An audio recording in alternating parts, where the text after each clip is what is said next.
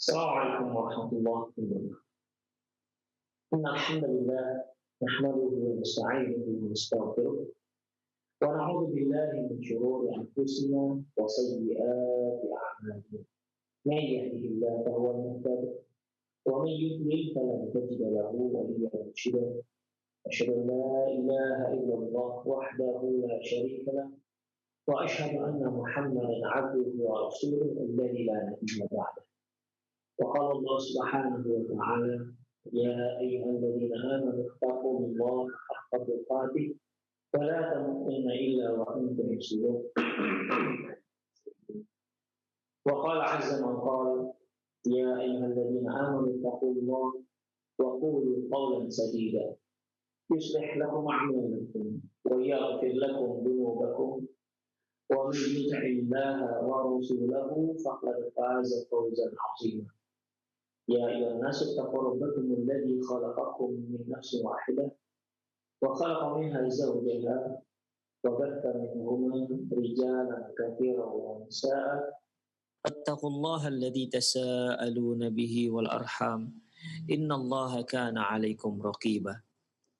أما بعد إن أصدق الحديث كتاب الله وخير الهدي هدي محمد صلى الله عليه وسلم وشر الأمور محدثاتها وكل محدثة بدعة وكل بدعة ضلالة وكل ضلالة في النار. Kaum muslimin dan kaum muslimat, para pemerhati Roja TV dan pendengar Radio Roja dimanapun Anda berada, alhamdulillah kembali di pagi hari setiap Senin kita bertemu membahas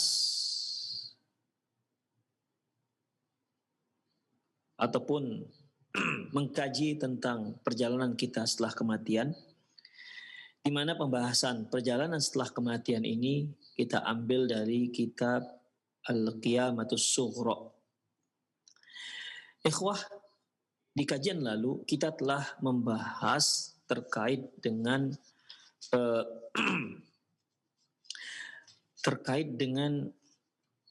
makna hadis Rasulullah sallallahu alaihi wasallam, innal mayyita la yu'adzabu bi bukai ahlihi alaihi. Sesungguhnya si mayit akan disiksa, akan diazab akibat tangisan keluarganya terhadap dirinya. Alhamdulillah kita sudah bicara panjang lebar terkait dengan masalah ini dan juga bagaimana pendapat para ulama mengartikan sabda Rasulullah sallallahu alaihi wasallam. Namun perlu kita ketahui bahwasanya hadis Rasulullah sallallahu alaihi wasallam ini sahih, bisa dijadikan sebagai hujjah dan dia tidak bertentangan dengan firman Allah Subhanahu wa taala, wala taziru waziratu wizra ukhra. Dan sesungguhnya seorang pendosa tidak akan mengemban dosa orang lain. Kita lanjutkan pada permasalahan berikutnya, al-munjiyatu min fitnatil qabri wa adzabih. Perkara-perkara yang dapat menyelamatkan seseorang dari fitnah dan azab kubur. Para pemirsa, mohon diingat lagi bahwasanya adanya perbedaan antara fitnah kubur dengan azab kubur. Fitnah kubur yaitu pertanyaan malaikat terhadap si mayit di dalam kuburannya, yaitu pertanyaan marabbuka wa ma nabiyuka wa ma dinuka wa man nabiyuka. 3 pertanyaan. Ini fitnatul qabr, ujian. Nah, hasil dari fitnatul qabr ini, hasil daripada ujian kuburan ini, itu nanti berakhir dengan jika dia mampu memberikan jawaban yang baik, maka dia akan mendapat nikmat kubur, dan apabila dia ternyata tidak mampu menjawab dengan baik, maka dia diancam azab kubur. Taib al-munjiyatu min fitnatil qabri wa adzabi. Perkara-perkara yang dapat menyelamatkan seseorang dari fitnah dan azab kubur. Alladzi yunjal mar'u min adzabil qabri ay yakuna musta'iddan lil mauti wa mushammiran lahu. Yang dapat menyelamatkan seseorang itu dari azab kubur yaitu mereka yang berupaya dengan sedapat mungkin untuk mempersiapkan diri menjelang kematian, mempersiapkan diri dalam menghadapi kematian. Hatta idza faja'ahul mautu falam lam ya'udda asabi'an nadam. Sehingga jika ternyata kematian tersebut datang tiba-tiba, ya karena memang kematian ikhwah, dia tidak kulunun ketika mau datang. Kalau sudah sampai jadwalnya, tidak akan ada penundaan. Tidak ada penundaan dan juga tidak ada percepatan. Dia tepat waktunya, hari, tanggal, hari, jam, menit, dan detik sesuai dengan jadwal yang telah ditentukan oleh Allah Subhanahu wa taala. Jadi apabila seorang itu sudah memang benar-benar mempersiapkan dirinya untuk menghadapi kematian, sehingga ketika kematiannya datang tiba-tiba, dia tidak kaget ataupun dia tidak menyesal. Kalau di sini ungkapannya lam ya'udda asabi an-nadam. Dia tidak menyesal sambil menggigit jarinya. Biasanya kan orang kalau menyesal itu diekspresikan dengan menggigit jari.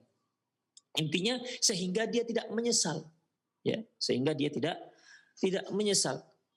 Ikhwah, mungkin para pemirsa mengingat firman Allah Subhanahu wa taala, hatta idza jaa ahaduhumul maut qala rabbirji'un la'alli a'malu shalihan fima tarak. Ketika datang kematian, mereka mengatakan, rabbirji'un, ya Allah kembalikan kami.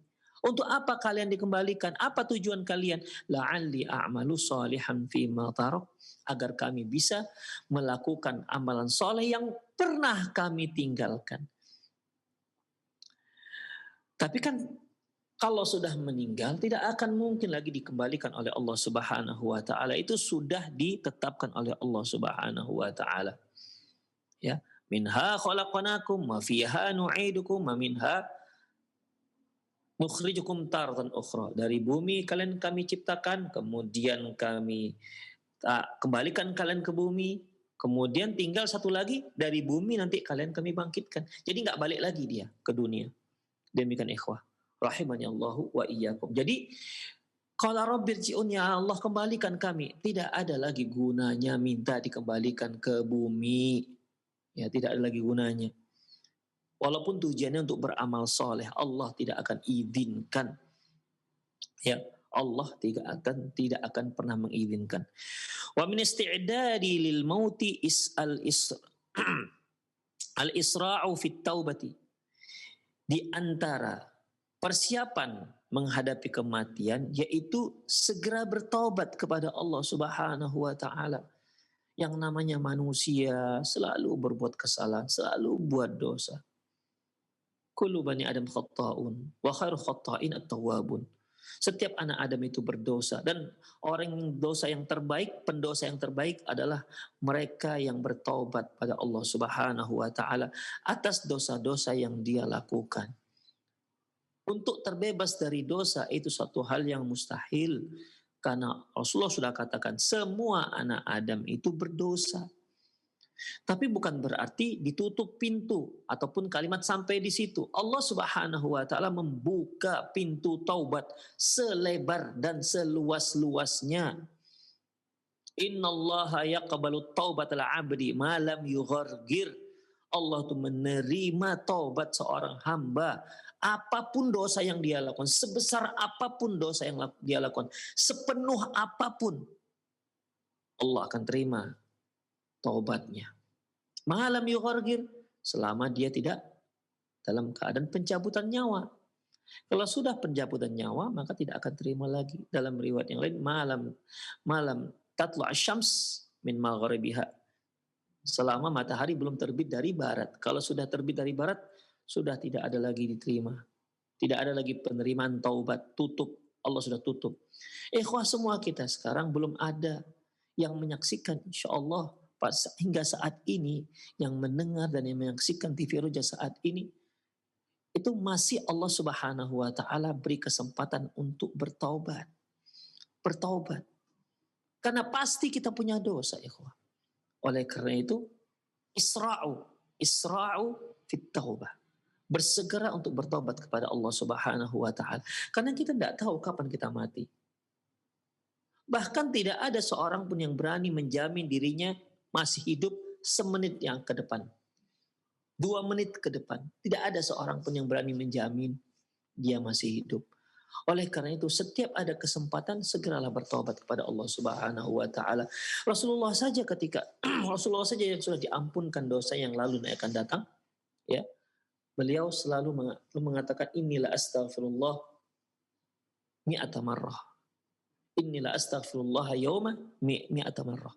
Aku istighfar kepada Allah setiap hari itu 100 kali. Itu Rasulullah, apalagi kita. Kita manusia-manusia pendosa, banyak kesilapan, banyak kesalahan, banyak dosa. Kemudian dan bersegera taubat, ya, bersegera taubat ini merupakan salah satu penyelamat kita dari fitnah dan azab kubur. Kemudian wa qadai hukuk.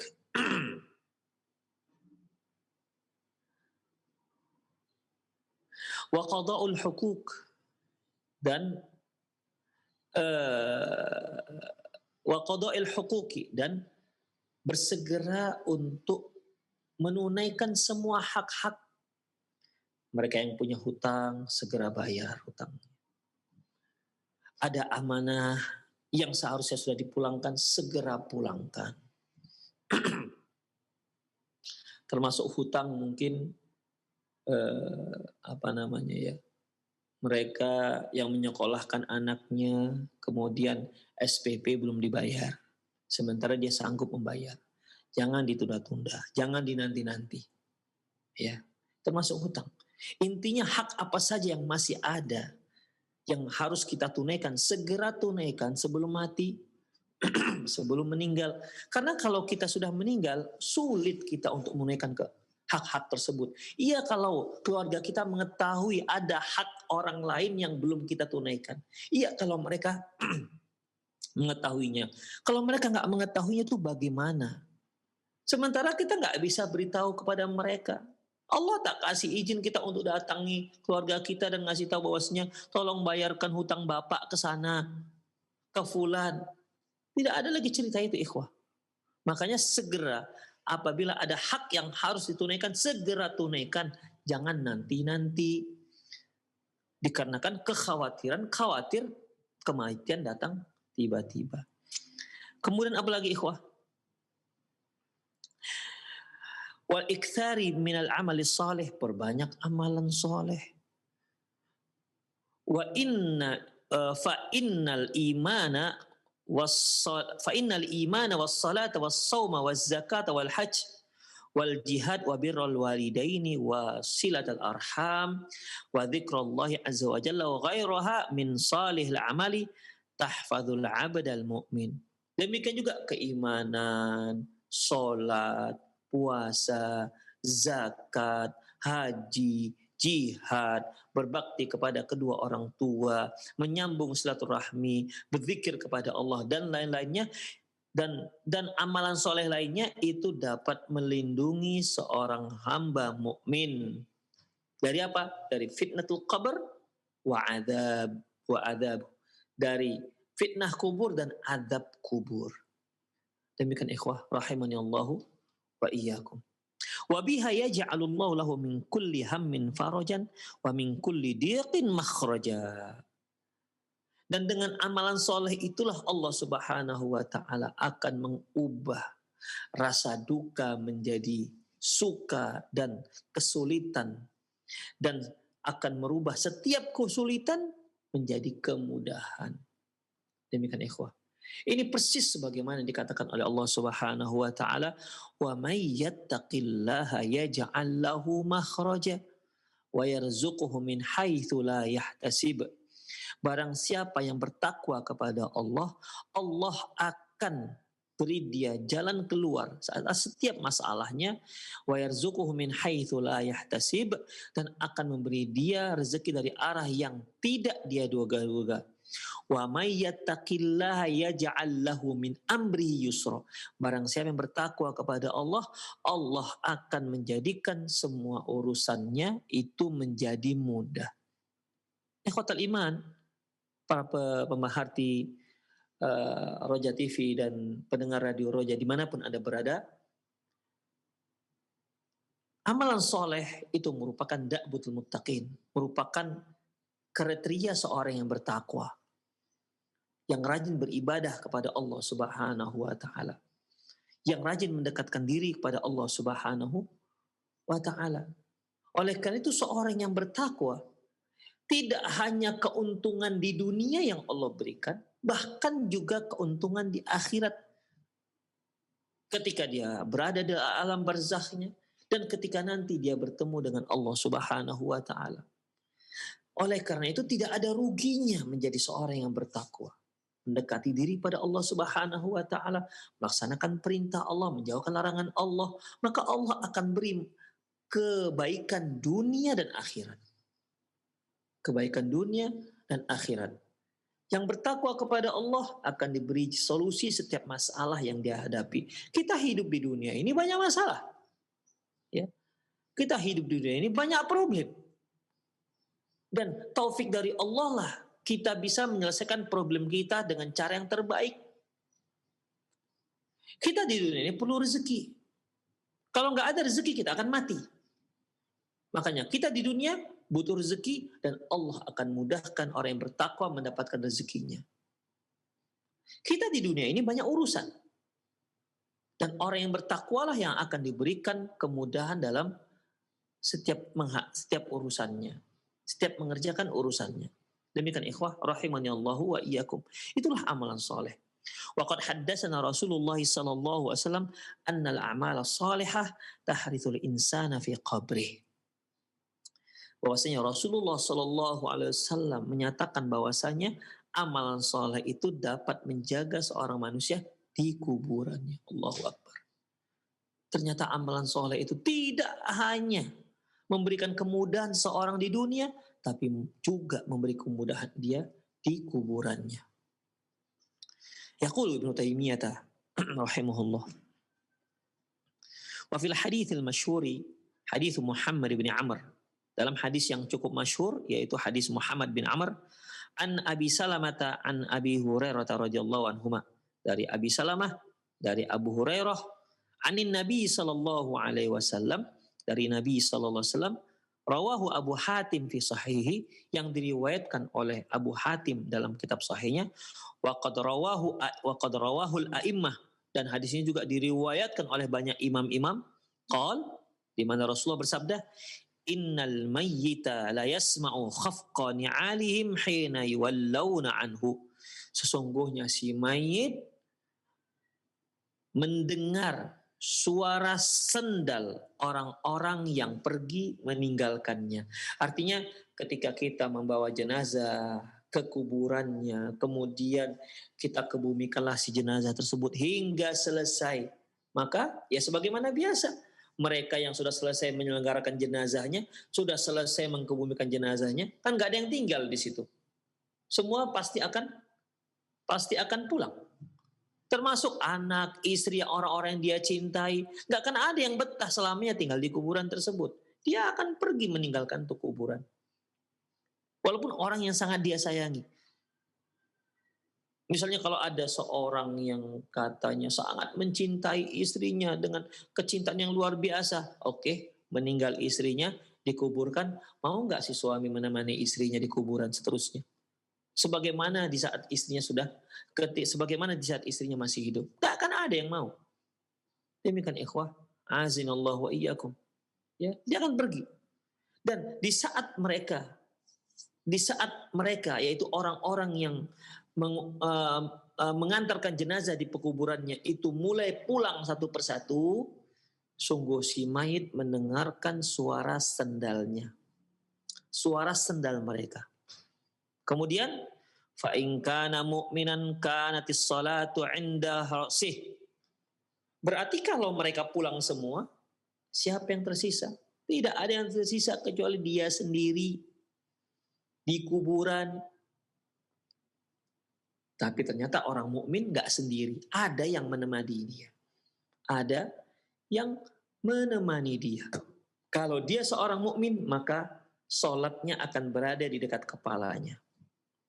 Wa kana siyamu an yaminihi. Dan puasanya, ibadah puasanya berada di sebelah kanannya. Wa kanatiz zakatu an yasarihi. Dan ibadah zakatnya berada di sebelah kirinya. Wa kana fi'lul khairati minat sadaqati wassilati wal ma'ruf wal ihsan ila nasi inda rijlaihi. Dan adapun perbuatan-perbuatan kebaikan lainnya seperti sedekah, silaturahmi, dan perbuatan baik kepada orang lain itu berada di sisi kedua kakinya. Jadi sholat di dekat kepala, kemudian puasa di sebelah kanan, zakat di sebelah kiri, amalan soleh lainnya berada di dekat kakinya, kedua kaki si orang mukmin tersebut. Merekalah yang menjaga, merekalah yang menemani seorang mukmin. Selebihnya mereka pulang, ikhwah, pulang. Apabila kita meninggal dunia, kita akan diantar oleh orang-orang yang mencintai kita. Dari keluarga kita, istri kita, anak kita, sanak famili kita, teman-teman, karib, kerabat, andai tolan. Mengantar kita. Tapi hanya sampai kuburan. Apakah mereka akan tetap menemani kita, mereka setia menemani kita? Tak, mereka pulang. Mereka semua pulang. Tersisalah amalan soleh kita saja. Dijaga oleh amalan soleh kita. Demikian ikhwah. Oleh karena itu ikhwah, mereka yang tidak mempersiapkan menghadapi kematian, lantas siapa yang menjaga dia nanti di hari akhirat ketika dia berada di kuburan, ketika dia berada alone, ketika dia berada sendiri dalam kuburannya? Siapa yang akan menjaga dia? Siapa akan menemani dia? Dia akan sendiri, miskin. Tak ada teman. Oke lah ketika dia semasa di dunia karena dia kaya raya, jutawan, pejabat. Di saat itu banyak orang-orang yang senantiasa mengikuti dia, senantiasa menjaga dia. Bahkan dibuat ada pasukan penjaganya. Orang segan dengan dia. Setiap dia datang, orang-orang akan mengacungkan tangannya. Orang-orang akan mencium tangannya, dihormati luar biasa. Ingat, itu hanya di dunia. Anda akan sendirian berada di dalam kubur kalau Anda tak punya amalan soleh. Semua orang-orang yang mengeluh-elukan Anda, yang mengagung-agungkan Anda, semua akan pulang, semua gak akan ada seorang pun yang rela menemani Anda di kuburan. Yang setia menemani kita, yaitu amalan soleh kita. Ikhwan rahimanallahu wa iyyakum. Ya. Jadi di sini, amalan kita ternyata menjaga kita, ikhwah. Puasa, zakat, ini kan berupa amalan, kata benda. Tapi kata benda berupa kata benda abstrak. Tapi Allah Subhanahu wa taala Maha berkuasa, berbuat apa saja.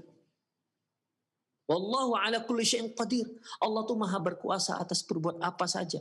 Sesuatu yang abstrak, Allah mudah membuatnya menjadi konkret.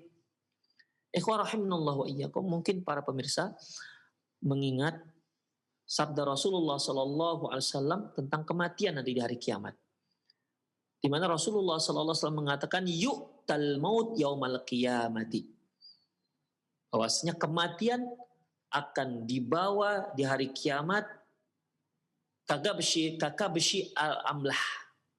Seperti berupa kambing yang belang hitam putih. Amlah, belang hitam putih. Kemudian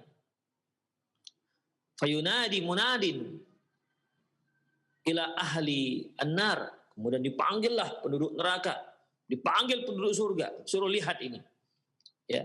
Kemudian setelah itu disembelihlah kematian. Fayuzbahu bainal jannati wan nar. Maka disembelihlah kematian yang tadi sudah Allah datangkan berupa kambing, disembelih antara surga dan neraka. Setelah itu Allah berfirman, wahai penduduk neraka, khalidun, kekal kalian di sana. Wahai penduduk surga, kekal kalian di sana. Tidak ada lagi kematian. Setelah itu, kenapa? Kematian sudah disembelih oleh Allah Subhanahu wa ta'ala. Kalau kita pikir-pikir kematian gimana? Jangan tanya gimana. Allah Subhanahu wa taala Maha berkuasa atas segala sesuatu. Bukankah kematian dan kehidupan itu merupakan makhluk Allah Subhanahu wa taala? Bukankah Allah Subhanahu wa taala Bukankah Allah Subhanahu wa ta'ala firman, "Alladzi khalaqal mauta wal hayata liyabluwakum ayyukum ahsanu amala." Allah yang menciptakan kematian, yang menciptakan kematian kehidupan, liyabluwakum ayyukum ahsanu amala, untuk menguji kalian siapa di antara kalian yang paling bagus amalannya. Khalaqal mauta wal hayat, menciptakan kematian dan kehidupan. Allah yang menciptakan. Jadi Allah yang bisa membuat apa saja. Apa saja yang nggak masuk akal kita sekarang itu bisa saja Allah ciptakan. Allah bisa melakukan apa saja yang nggak masuk akal. Jadi ketika Allah Subhanahu wa taala dan Rasulullah SAW yang menceritakan masalah-masalah gaib seperti ini, jangan ada di antara kita yang menolaknya, mendustainya dengan alasan nggak masuk akal. Jangan ada. Kalau Anda melakukan seperti itu, maka Anda termasuk pengikut iblis yang menolak firman Allah, yang menolak perintah Allah di saat dia diperintahkan oleh Allah untuk sujud kepada Adam. Gak masuk akal dia ketika Allah menyuruh dia untuk sujud kepada Nabi Adam. Gak layak menurut akalnya dia. Demikian ikhwan. Kita wajib untuk mengimani. Ketika ada firman Allah, ketika ada hadis Rasulullah SAW yang sahih, kita wajib untuk mengimani. Demikian ikhwan rahimanallahu wa iyyakum. Mungkin juga para pemirsa pernah ingat, pernah dengar atau membaca sabda Rasulullah sallallahu alaihi wasallam, "Inna siyama wal Qur'ana yashfa'ani sahibahuma yaumal qiyamah." Bahwasanya Quran dan puasa akan memberi syafaat kepada pelaku mereka berdua. Kalau Al-Quran pembacanya, kalau puasa yang mengamalkannya. Fayaqul Quran berkata, fayaqulus siyam. Puasa berkata, Allahu Akbar. Puasa berkata, kalau kita sekarang, saya sedang puasa. Nah, mana tuh puasa? Mana dia puasa? Di sini puasa itu ternyata siyam itu bisa bicara. Wa madzalika 'alallahi bi'aziz. Hal itu tidak sulit bagi Allah Subhanahu wa taala. Allah bisa memberikan semuanya bisa bicara. Sebagaimana firman Allah Subhanahu wa ta'ala. Lima syahidtum alaina. Wa qalu li juludihim lima syahidtum alaina. Mereka berkata kepada kulit mereka, lima syahidtum alaina. Kenapa kalian memberikan saksi atas kami? Qalu antaqana Allah alladhi antaqa kulla syai'. Mereka berkata, kulit ini ngomong, sesungguhnya kami dibuat Allah bisa berbicara dan Allah itu maha berkuasa untuk menjadikan segala sesuatunya bisa bicara. Jadi kalau di dalam hadis tadi, fayaqulus sha'im, fayaqulus siyam, berkata si puasa. Jadi puasa, amalan puasa itu berbicara, ikhwan. Berbicara. Ay Rabb, wahai Tuhanku, mana'atuhu ta'am wasyahwat bin nahar, ya Allah, sungguh aku yang menghalangi dia untuk makan dan untuk menyalurkan syahwatnya di siang hari. Fasyaffi'ni fih, berilah aku izin untuk memberi dia syafaat. Fayaqulul Quran, berkata Quran, ay Rabbi, ya Allah, mana'atuhun naum billaili, aku yang menghalangi dia untuk tidur pada malam hari. Fasyaffi'ni fih, maka berikan aku izin untuk memberi dia syafaat. Quran dan puasa bicara. Di sini ikhwah rahimanallahu wa iyyakum, salat, puasa, zakat dan semua amalan soleh menjaga. Insyaallah menjaganya orang mukmin.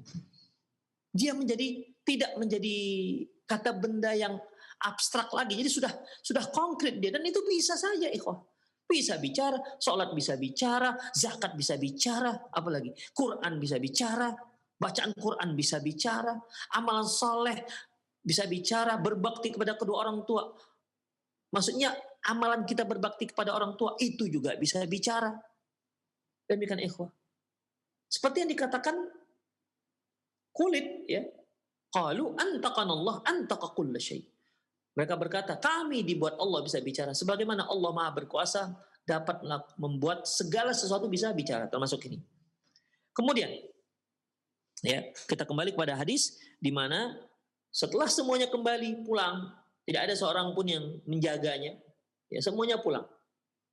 Maka si seorang mukmin, kalau dia seorang hamba mukmin, sholatnya berada menemani dia di sebelah kepalanya, puasanya di sebelah kanannya, zakat di sebelah kirinya, dan amalan-amalan kebaikan yang lainnya itu berada di sebelah kedua kakinya. Kemudian fayu'ta min 'indi ra'sih, datanglah malaikat, dia mendatangi si mukmin ini dari arah kepala. Fatakulus solat berkata, Masya Allah, solat berkata, maki bali madkhal. Di sini nggak ada celah untuk masuk, ya, nggak ada peluang dari sini, dari arah kepala nggak ada, karena dijaga oleh si solat. Summa yu'ta an yaminih, kemudian si malaikat datang dari sebelah kanan. Fayaqulu siyam, puasa berkata, Masya Allah. Puasa berkata, siam berkata, maki bali madkhal, tidak ada celah dari sini kamu untuk datang. Ya, jangan masuk dari sini, tidak ada. Kata si zakat, si puasa. Summa yu'ta an yasarihi, kemudian si malaikat datang dari sebelah kiri. Ya, mana tahu kiri kosong. Ternyata fayaquluz zakat, fataquluz zakat. Si zakat berkata, yang menjaga dari sebelah kiri, maki bali madkhal, tidak ada jalan masuk dari sini. Kemudian fayu'ta min qibali rijlaihi, kemudian si malaikat pun datang dari arah kaki, muter sudah dari arah, sudah mulai dari kepala nggak ada peluang masuk, dari sebelah kanan nggak ada peluang masuk, dari sebelah kiri nggak ada peluang masuk. Mana tahu ada dari peluang dari sebelah kaki. Ternyata ikhwah rahimanallahu iyyakum, fayaqulu fi'lu khairati minas sadaqati was silati wal ma'rufi wal ihsani ilan nas, maka berkatalah perbuatan-perbuatan kebaikan yang dia lakukan seperti sedekah, silaturahmi, perbuatan baik kepada orang-orang. Mereka semua berkata, maki bali madkhal, tidak ada celah masuk dari jalan ini. Gak bisalah malaikat mendekatinya, mendekati orang mukmin. Akhirnya apa kata malaikat? Qila lahu, dikatakan padanya, ya sudah, kalau gitu duduk saja. Duduk saja. Demikian ikhwah rahimanallahu wa iyyakum. Fayajlis, maka si hamba mukmin tadi duduk. Dijaga terus ikhwah dengan amalan solehnya. Waqad muthilat lahu syams waqad danatil ghurub lil ghurub. Ketika dia duduk, ternyata Allah Subhanahu wa taala membayangkan kepada dia bahwasanya matahari itu sepertinya sudah mau tenggelam. Kemudian fayuqalahu, di saat itu ditanya dia, si hamba mukmin ditanya, "Ma hadzal rajul alladzi kana fikum? Ma taqulu fihi?" Menurut kamu, apa pendapatmu tentang laki-laki yang ada di antara kalian? Maksudnya laki-laki di sini adalah Rasulullah sallallahu alaihi wasallam. Fayaqulu, si hamba mukmin ini mengatakan, "Da'uni hatta usalliya." Nanti ajalah nanyanya, ya. Aku mau sholat dulu. Kenapa? Dia lihat matahari sudah mau tenggelam. Ya, seorang mukmin ikhwah, seorang mukmin kebiasaan dia di bumi begitu juga nanti di hari akhirat. Bahkan ketika dia masuk dalam kuburannya, ketika kebiasaan dia ketika hidup begitu juga nanti kemungkinan besar yang dia lakukan ketika dia mau meninggal. Demikian juga ketika dia masuk dalam kuburan. Man 'asha 'ala syai' mata 'alaihi. Barang siapa yang hidup terbiasa melakukan sesuatu ketika dia hidup, maka dia mati ketika melakukan sesuatu itu. Karena sesuatu yang sering dilakukan oleh seorang manusia, mungkin karena dia hobi, karena dia suka, ya, dia menghabiskan waktunya untuk itu. Maka kemungkinan besar dia mati dalam kondisi seperti itu. Makanya mereka yang selalu baca Quran, Masya Allah ada waktu luang dia baca Quran, bisa saja kemungkinan besar dia mati dalam keadaan seperti itu. Karena waktunya dia habiskan baca Quran. Mereka yang menghabiskan waktunya, sering melakukan ibadah puasa, maka bisa kemungkinan mati dalam keadaan seperti itu. Sebagaimana juga orang yang suka main bola, pokoknya ada peluang sedikit main bola, nggak siang nggak malam, pokoknya main bola. Ya. Ada yang hobi main bola, ada yang hobi nonton bola, ada peluang nonton bola, nggak ngerti siang, nggak malam, nggak jam dini hari, pokoknya kalau sudah main bola, nonton bola, dia akan sempatkan waktunya sesempat-sempatnya. Maka bisa dia mati dalam keadaan seperti itu. Bisa saja ketika tim favoritnya menggolkan gol katanya, mati saat itu. Bisa saja ikhwan. Mana asya ala syai' mata alaihi. Barang siapa yang hidup dia terbiasa atas sesuatu, ada kemungkinan dia mati dalam keadaan seperti itu. Demikian juga di kuburannya ikhwah. Ini seorang mukmin, ya semasa hidupnya dia sholat asar ikhwah. Dia tidak ingin melewatkan sholatnya. Ya ini dia baru bangun tidur. Begitu dia bangun tidur, rupanya diperlihatkan seolah matahari mau terbenam. Saya belum sholat. Demikian ikhwah. Ya sama seperti orang yang terbiasa sholat, ketika dia terbangun mungkin karena capek tadi malam, kerja tadi malam, ketika bangun ternyata tengok jendela sudah terang. Tentu yang pertama dia pikirkan, saya belum sholat subuh. Sama seperti ini ikhwah. Jadi dia akan mengutamakan sholatnya. Makanya ketika ditanya oleh malaikat, apa menurutmu tentang laki-laki itu? Maksud tentang Rasulullah. Kata dia, jawabannya seorang mukmin, apa jawabannya? Nanti dulu lah, saya sholat dulu ya. Itulah bahasanya ikhwan. Saya sholat dulu. Fayaqulu innaka sataf'al. Enggak, nanti kamu akan lakukan. Kamu akan melakukan sholat itu. Tapi kamu harus tanya dulu. Kamu harus beritahu kami dulu. Akhbirna amma nas'aluka anhu. Kamu beritahu saja apa yang kami tanyakan kepada kamu. Jawablah apa yang kami tanyakan kepada kamu. Mengenai sholat nanti kamu akan lakukan. Kata si malaikat, faqala amma tas'aluni. Apa tadi pertanyaanmu? Fayaqulun, kata malaikat itu sebelum mengatakan, ma taqulu fi hadzal rajul alladhi kana fikum. Apa komentarmu tentang laki-laki yang ada bersama kalian? Ma tashhadu bihi. Bagaimana persaksianmu tentang laki-laki tersebut? Laki-laki yang dimaksud adalah Rasulullah sallallahu alaihi wasallam. Fayaqul, kata si hamba mukmin ini, asyhadu annahu Rasulullah wa annahu jaa'a bil haqqi min indillah. Aku bersaksi dia adalah utusan Allah dan aku bersaksi bahwasanya dia datang membawa kebenaran dari Allah Subhanahu wa taala. Summa yuftahu lahu babun min abwabil jannah. Summa fayuqalu, maka dikatakanlah kepadanya, ala dzalika huyyita wa ala dzalika mutta wa ala dzalika tub'atsu insyaallah.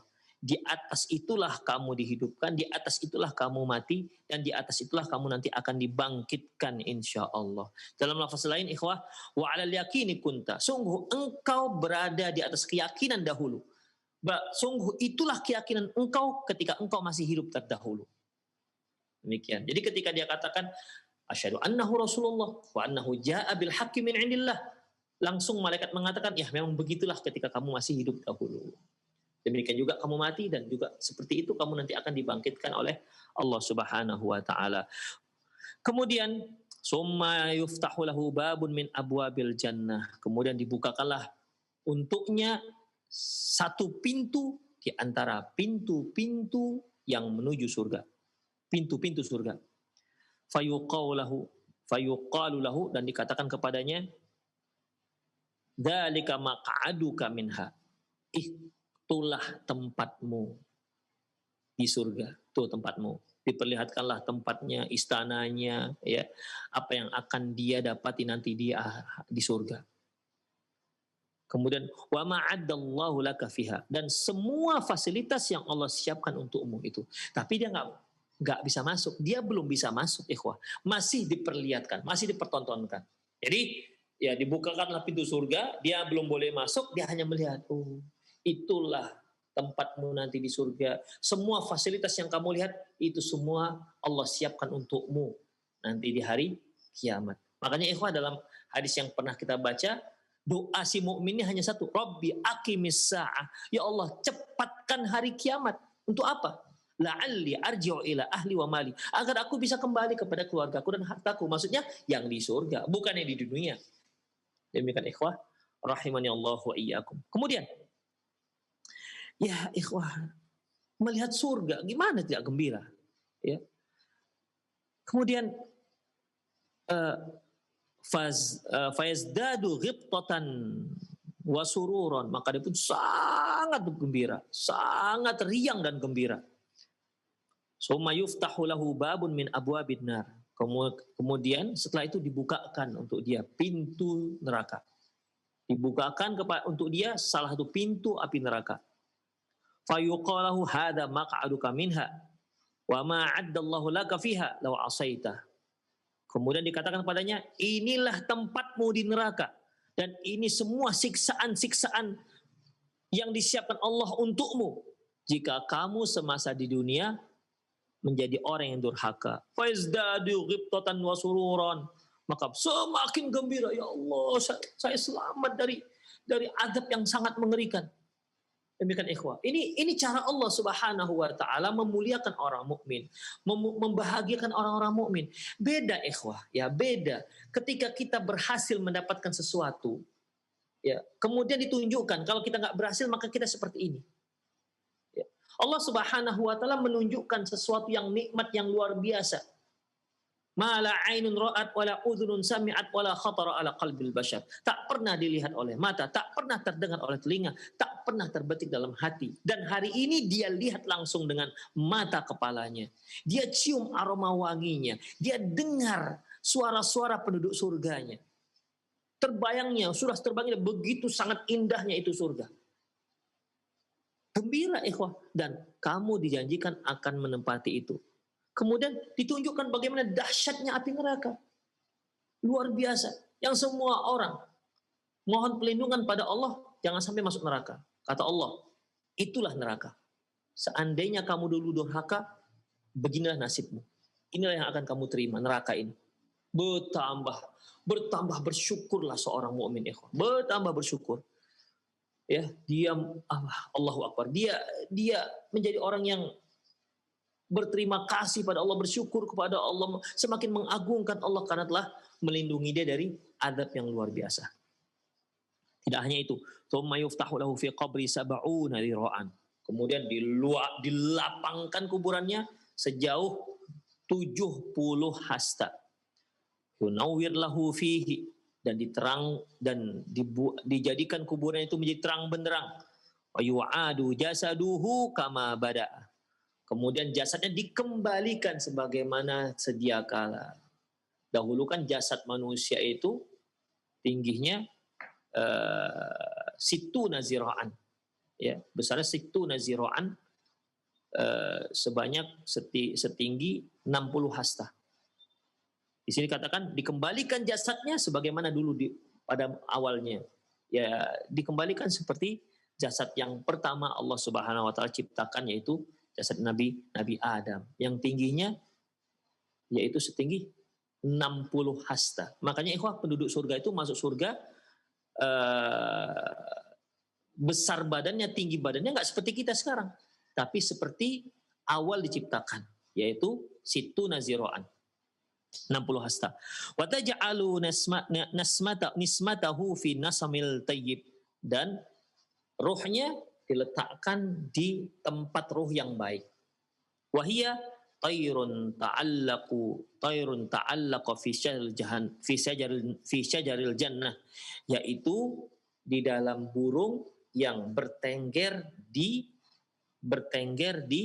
di pohon-pohon surga. Demikian ikhwah. Ya, berarti kan dia melihat bagaimana seistri surga, dia akan ya terbang ke sana kemari menikmati surga, tapi dia masih berada di atas dalam burung. Demikian ikhwah. Wa fi lafzin, dan lafaz lain, wa huwa tayrun yu'allaqu fi syajaril jannah. Dalam lafaz yang lain yaitu di dalam burung yang digantungkan di pohon surga. Kalau yang pertama tadi lafaznya ta'allaqa fi syajaril jannah, ya burung itu sendiri yang bertengger. Kalau ini enggak, dia ditenggerkan, artinya mungkin maksudnya Allahu a'lam bishawab, apakah dia dalam sangkarnya, artinya dia digantungkan di dalam burung yang digantungkan di surga. Di atas pohon-pohon surga. Qala Abu Hurairah, "Yutsabbitullahu alladziina aamanu bil qauli tsabit fil hayatid dunya fil akhirah."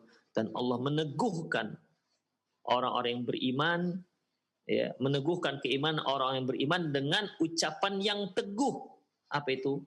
Kalimat syahadat la ilaha illallah Muhammad Rasulullah. Fil hayati dunya, baik ketika dia di dunia, wa fil akhirah, dan demikian juga dalam kehidupan akhirat. Apa itu, ikhwah? Mampu memberikan jawaban yang tegas, yang jelas. Ya. Ibrahim ayat 27. Wa fil labsin summa yu'adul jasadu ila ma bada'a minhu. Dalam lafaz yang lain, kemudian jasadnya dikembalikan sebagaimana awalnya. Demikian ikhwah rahimanallahu wa'akum. Dari hadis ini dapat kita ambil kesimpulan bahwasanya di antara perkara yang dapat menyelamatkan manusia dari fitnah dan azab kubur yaitu amalan-amalan soleh. Seluruh amalan soleh itu mampu menyelamatkan, melindungi seorang dari azab kubur. Semoga Allah Subhanahu wa taala melindungi kita dari azab fitnah dan azab kubur, dan semoga Allah Subhanahu wa taala menjadikan kita orang-orang yang mendapatkan nikmat kubur, yang dilapangkan kuburannya seluas 70 hasta dan dibukakan untuknya pintu surga. Demikian ikhwah, aku lu qouli hadza wastaghfirullah li wa lakum wa lisal muslimin innahu wal ghafur rahim. Bagi para pemerhati ataupun para pemirsa Roja TV yang ingin bertanya, ataupun para pendengar radio Roja di mana Anda berada yang ingin bertanya, silahkan. Semoga bermanfaat. Naam. Nah Ustaz, jazakallah khairan Ustaz, barakallahu fik atas materi yang telah disampaikan Ustaz di kesempatan pagi hari ini. Dan ikhwatal Islam azani Allah wa iyyakum. Untuk berikutnya kami angkat pertanyaan melalui telepon. Kita angkat yang pertama, silakan. Ya, silakan. Assalamualaikum warahmatullahi wabarakatuh, Ustaz. Waalaikumsalam warahmatullahi wabarakatuh. Dengan siapa Bapak dan berada di mana, Pak? Dengan Pak Mulyono di Medan. Pak Mulyono di Medan. Silakan Pak Mulyono. Posisi ataupun kedudukan ruh di alam barza yang oleh orang mukmin ditunjukkan pagi dan petang tadi kata Ustaz tempatnya di surga. Sehingga dia berdoa setiap saat agar disegerakan kiamat. Kemudian yang ingin saya tanyakan, bagaimana kita memanai surah Yasin ayat 52. Qalu ya wailana batana mim marqadina haja mawa'adar rahmanu wa sadaqal mursalun. Aduhai, celakalah kami, siapakah yang membangkitkan kami dari tidur kami. Jadi bagaimana kita memanai Quran surah Yasin ini, Ustaz, 52. Katanya tidur dari situ, Ustaz. Nah, Pak. Cukup, Pak? Cukup. Terima kasih, Ustaz. Ya. Semoga bertambah ilmu kami. Terima kasih. Assalamualaikum warahmatullahi wabarakatuh. Waalaikumsalam warahmatullahi wabarakatuh. Kepada Ustaz kami persilakan. Baik, pada Pak Mulyono di Medan, ayat yang dibaca tadi, qalu ya wailana man ba'atsana min marqadina hadza. Man ba'atsana min marqadina hadza. Mereka berkata, wahai celakalah kami, siapa yang membangunkan kami dari tidur kami. Ini ikhwah rahimanallahu wa iyyakum. Ya, ini adalah pernyataan hamba-hamba yang kafir. Ya, hamba-hamba yang kafir. Seorang hamba yang kafir, dia akan diazab oleh Allah Subhanahu wa taala. Ya, dia akan diazab oleh Allah Subhanahu wa taala. Allah Subhanahu wa taala menggambarkan mereka itu seorang sedang tidur, tapi mereka itu sedang diazab. Kenapa mereka katakan, kenapa kami dibangkitkan? Mereka saja dalam kuburannya itu sedang disiksa. Ketika dibangkitkan, membangunkan kami dari kuburan kami. Siapa yang membangkitkan kami dari kuburan kami? Karena mereka tahu kalau mereka dibangkitkan dari kuburan mereka, ada azab yang jauh lebih dahsyat yang sedang menanti mereka. Mereka tidak mau itu. Makanya dalam hadis-hadis yang telah kita baca di kajian-kajian sebelumnya, ya, adapun seorang hamba yang kafir ataupun fajir, ketika mereka diadab oleh Allah Subhanahu wa taala dengan adab kubur, ya, dengan adab kubur, kemudian di situ mereka berdoa, Rabbi la tuqim sa'ah. Ya Allah, jangan engkau jadikan hari kiamat. Janganlah terjadi hari kiamat. Itu doa mereka. Beda dengan hamba mukmin tadi. Rabbi aqimis sa'ah. Ya Allah, segerakan hari kiamat. Orang-orang hamba-hamba Allah yang kafir ataupun yang durjana, mereka doanya jangan sampai terjadi hari kiamat. Makanya man ba'athana min marqadina. Siapa yang membangunkan kami dari tempat tidur kami? Maksudnya siapa yang membangkitkan kami dari kuburan kami? Sebenarnya mereka tahu yang jadi kegalauan mereka adalah ketika mereka sudah dibangkitkan, maka azab yang jauh lebih dahsyat sedang menanti mereka. Itu yang dimaksud. Jadi bukan marqadina ini artinya tempat tidur kami, dia sedang tidur tanpa ada diapa-apain. Bukan begitu yang dimaksud. Ya. Bukan begitu yang dimaksud. Seperti orang tidur, tiba-tiba dibanguni. Siapa yang banguni saya nih? Bukan begitu yang dimaksud, ikhwan. Siapa yang membangkitkan kami? Mimar qadina hada, dari tempat tidur kami. Bukan berarti tempat tidur dia tidur di situ. Dia sedang diadab, ya, sampai hari kiamat hingga nanti dibangkitkan oleh Allah Subhanahu wa taala. Nah, demikian Pak Mulyono ya. Sekali lagi, qalu ya wailana. Mereka berkata, ya wailana, celakalah kami. Itu dari awal saja sudah dia katakan, celakalah kami. Mamba'atsana min marqadina. Siapa yang membangkitkan kami dari tempat tidur kami? Ingat, bukan siapa yang membangunkan kami dari tidur kami, bukan. Marqadina itu tempat tidur. Tempat dia tidur maksudnya kuburannya. Demikian ikhwan. Siapa yang membangkitkan? Siapa yang mengeluarkan dia dari kuburannya? Nah, demikian. Ingat, maksudnya bukan yang seperti orang tidur kemudian dibangunkan, bukan begitu yang dimaksud. Ya, tapi yang membangkitkan mereka dari kuburan mereka. Hadza ma wa'ada rahman wa sadaqal mursalun. Inilah, itu kelanjutan ayatnya, inilah janji Allah dan benarlah apa yang dikatakan, benarlah apa yang dikatakan utusan-utusan Allah Subhanahu wa taala. Allahu a'lam bissawab. Naam. Nah Ustaz, jazakallah khairan Ustaz, barakallahu fik atas jawaban Anda sampaikan Ustaz. Ikhwatul Islam azani Allah wa iyyakum. Masih kami angkat pertanyaan berikutnya melalui telepon. Nah, silakan untuk yang berikutnya. Ya, silakan. Assalamualaikum warahmatullahi wabarakatuh. Waalaikumsalam warahmatullahi wabarakatuh. Dengan siapa Ibu dan berada di mana? Alhamdulillah di Semarang. Ya, silakan Ibu. Mohon nasihatnya Ustadz, bagaimana dengan seseorang yang hingga akhir hayatnya dia seorang muslim, namun di masa tua hingga sampai akhir hayatnya dia tidak lagi menjalankan sholat. Itu bagaimana nanti, ancaman apa bagi yang sedemikian, dan bagi anak-anak yang sudah berusaha menasihati dan juga mendoakan, itu bagaimana gitu. Itu saja Ustadz. Wassalamualaikum warahmatullahi wabarakatuh. Waalaikumsalam warahmatullahi wabarakatuh. Kepada Ustaz kami persilakan. Insyaallah. La haula wala quwata illa billah. Sudah tua sampai meninggal tak melaksanakan sholat. Na'udzubillah min dzalik. Ikhwah rahimanallah wa iyyakum. Rasulullah pernah mengatakan al-ahdu bainana wa bainal kufr tarkus shalah. Pembeda antara kita dengan kafir itu adalah meninggalkan sholat. Dan seorang meninggalkan sholat itu dosanya jauh lebih besar ketimbang dosa-dosa yang lain. Kalau dia tak pernah sholat sama sekali, tentu ikhwah yang dikatakan ketika seorang itu memang dibebani kewajiban sholat. Beda halnya kalau orang tua tersebut dia sudah pikun atau memang sudah hilang akal. Karena kalau orang yang sudah hilang akal, tentu tidaklah dia bukan mukallaf lagi, tidak dibebani hukum lagi.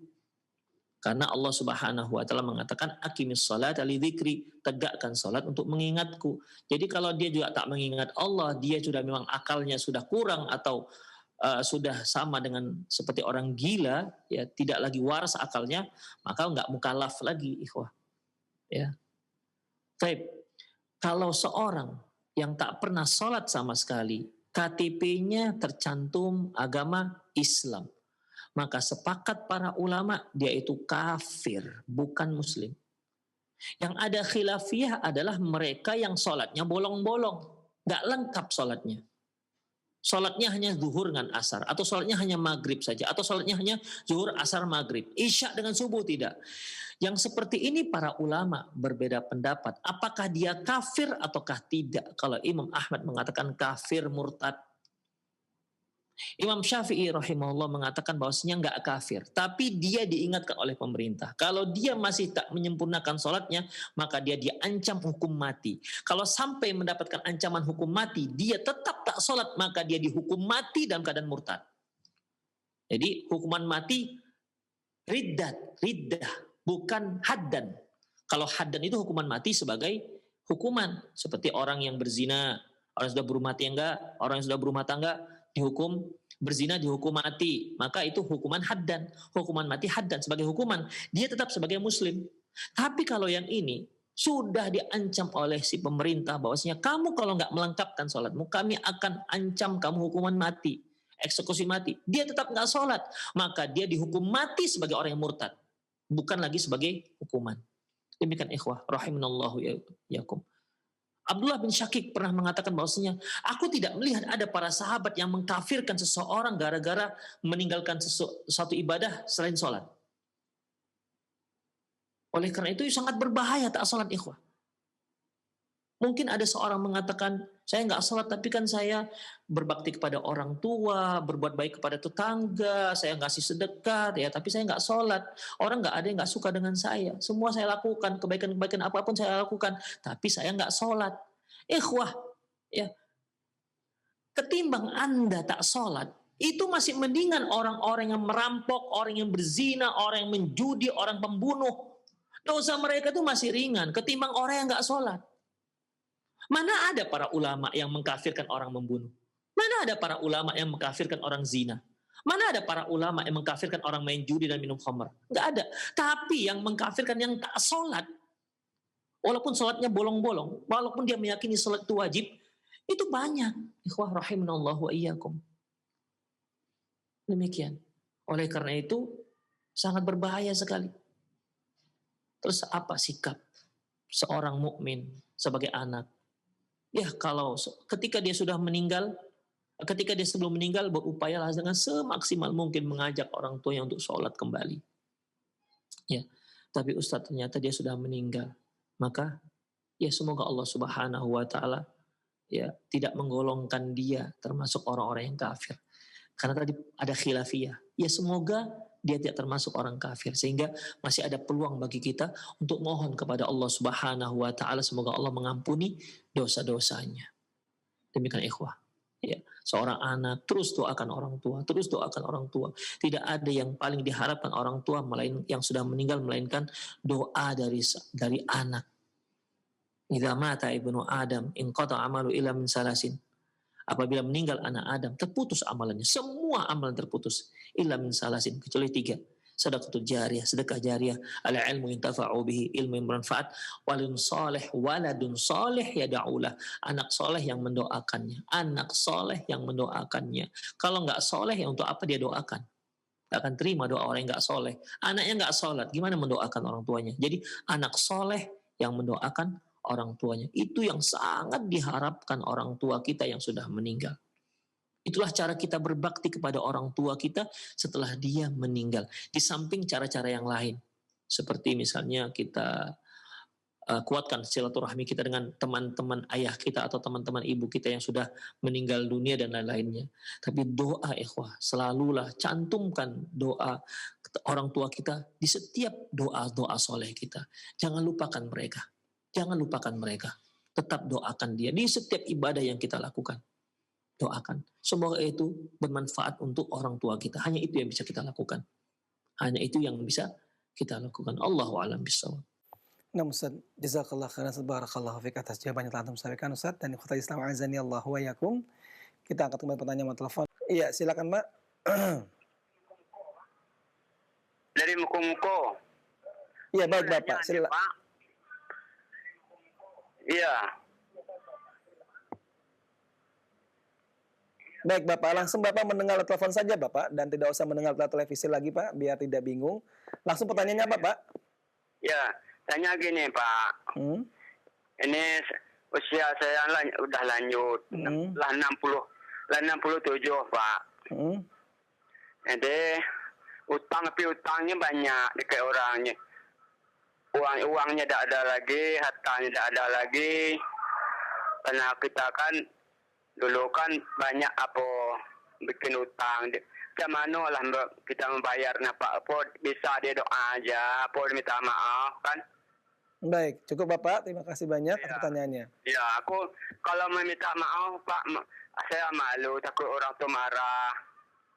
Macam mana dah Pak? Mohon aku penjelasan dari Bapak. Ya, baik. Terima kasih Pak. Saya udah habis Pak. Ya, baik. Terima kasih Bapak. Cukup? Ya. Ya, cukup. Ya. Baik. Kepada Ustaz kami pesan untuk menjawab. Silakan Ustaz. Baik, Masya Allah. Semoga Allah Subhanahu wa Ta'ala memudahkan Bapak untuk membayar melunasi semua hutang-hutang. Rasulullah SAW pernah mengatakan, barang siapa yang mengambil harta seseorang kemudian dia memang berniat untuk memulangkannya, ya seperti dia berhutang memang karena kebutuhan dan dia memang berniat untuk memulangkannya, tapi mungkin qadarullah masya fa'ala, memang dia tidak mampu untuk membayar hutang itu kembali, melunasinya.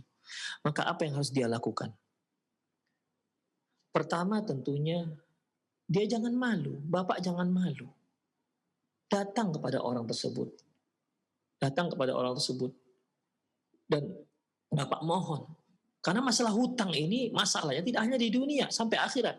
Bapak mohon supaya dianggap lunas. Pertama, ya.